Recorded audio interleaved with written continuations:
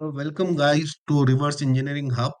So today we are going to study about the star delta transformation जिसने बहुत बच्चों को परेशान किया है। ये है क्या? होता क्यों है? तो basically what we are I'll not waste your time. So when I'm going to connect any equation like this is my R1, let this be my R2 and this be my R3. So R1, R2 and R3. This type of a Y connection or a star connection basically is called as a Y connection. इसमें ना कोई series में है ना कोई parallel में, क्योंकि junction जा रहा है, एक सिंपल नोड नहीं जा रहा है। अब इसी चीज को डेल्टा में लिखेंगे तो एक ट्राइंगुलर फैशन में हम लिखेंगे इसको, let this be your R A R B and let this be your R C. Okay, let this name nomenclature same. अब हम क्या करेंगे, यहां से हम ले लेंगे भाई ए और बी के बीच में जो आप देख रहे हो आर ए बी स्टार में क्या वैल्यूज है। अब आप आर ए बी स्टार में जब वैल्यूज देखने जाओगे तो आपके पास बस ये वाला पॉइंट बचता है, आर आर वन और आर टू का पॉइंट। ठीक है, तो यहाँ पर तो ये सीरीज सिंपल नोड बन गया, तो ये आ गया R one plus R two. ठीक है, सिमिलरली अगर आर बी सी में आप जाते हो, बी और सी के बीच में आर वन और आर टू और आर थ्री आएगा जी। ठीक है, तो this is your R two plus R three. Same way में अगर आप इसके बीच में जाते हो, किसके बीच में, ए भी तो गए आप ए सी के बीच में, तो आपके रेजिस्टेंस आते हैं आर वन आर थ्री, तो R A C would be equal to R one plus R three. ठीक है, अब इसी को डेल्टा में अगर आप गए, आर ए बी डेल्टा में अगर आप गए तो देखो ए बी में क्या हो रहा है, ए और बीच के बीच में इक्विवेलेंट रेजिस्टेंस, तो इसको ऐसे कर दो। ठीक है, आप देखो यहाँ पर सिंपल नोड है, ये दोनों पैरेलल है, तो ये पैरेलल सॉरी ये दोनों सीरीज में आ गए आर, तो ये आ गई resistance R B plus R C, और ये आ गया आपका ए आर ए।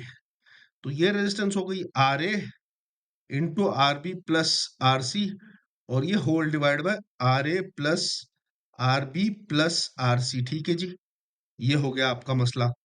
इसी तरीके से अगर आप यहां पर लिखोगे आर ए बी तो लिख दिया आपने। ठीक है जी, अब आप लिखो R B C. R B C, तो इसमें बी सी का जो टर्म है उसके बीच में आर बी है, तो आ गया R B R A plus R C, और ये full term, let this term B X, बार बार लिखे टाइम वेस्ट हो जाएगा। ठीक है, ये हो गई टर्म, ये आरबीसी डेल्टा है। अब इसी तरीके से आर ए सी में तो आर सी आएगा, बाकी दो टर्म वो सीरीज और पैरेलल हो जाएंगे, तो आ गया R C R A plus R B into X, ये आ गया।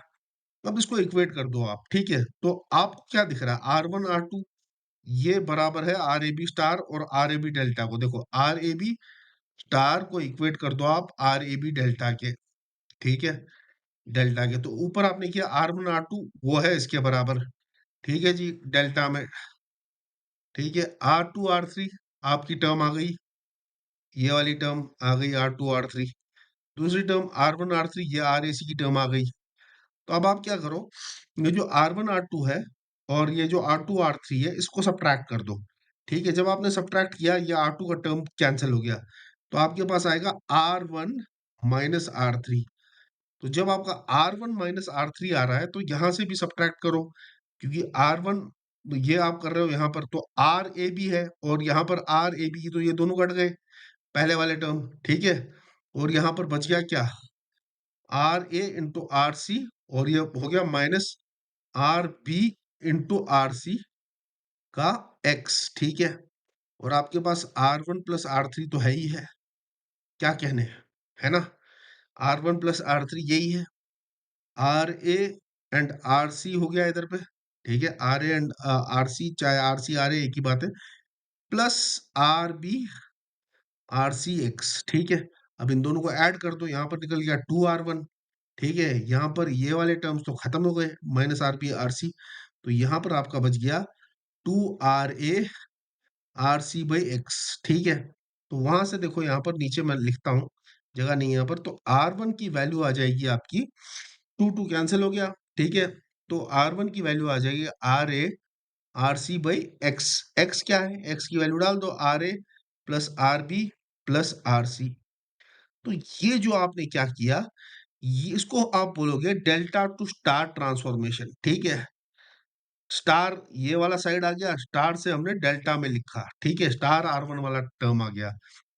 तब इसी तरीके से आप दूसरी इक्वेशन से निकाल सकते हो। एक सिंपल तरीका इसका है कि जैसे आपका अभी आपने निकाला ये जैसे रेजिस्टेंस मैंने रखी है यहाँ पर ऐसे, और इसके बीच में मैंने डाल दिया ये, ठीक है, ये मैंने ये ऐसे, तो ये मेरा R1 है, ये R2 है, ये मेरा R3 है, तो ये मेरा RA हो गया यहाँ पर, ये RB हो गया, और ये मेरा RC हो गया। इधर पे मैंने A डाला, B डाला, C डाला।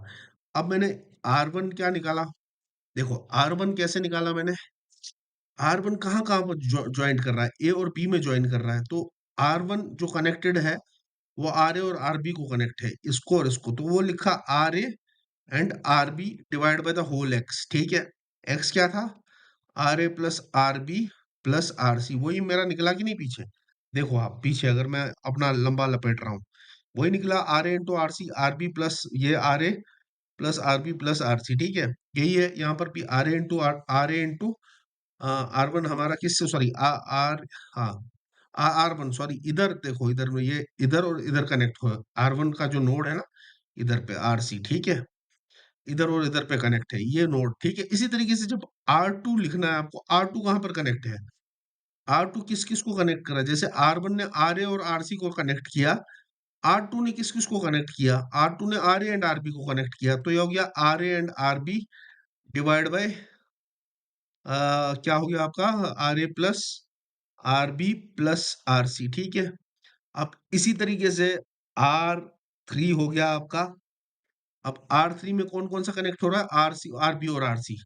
तो हो गया RB और RC divide by RA plus RB plus RC। अब नेक्स्ट वीडियो में मैं आपको बताऊंगा कि कैसे डेल्टा में कन्वर्ट करेंगे, क्योंकि वीडियो लंबी हो जाती है, आप लोग देखते नहीं हो। अगर आपको मजा आ रहा है तो please kindly like, share and subscribe my channel. I will be very much grateful to you in supporting me. Thanks, thanks.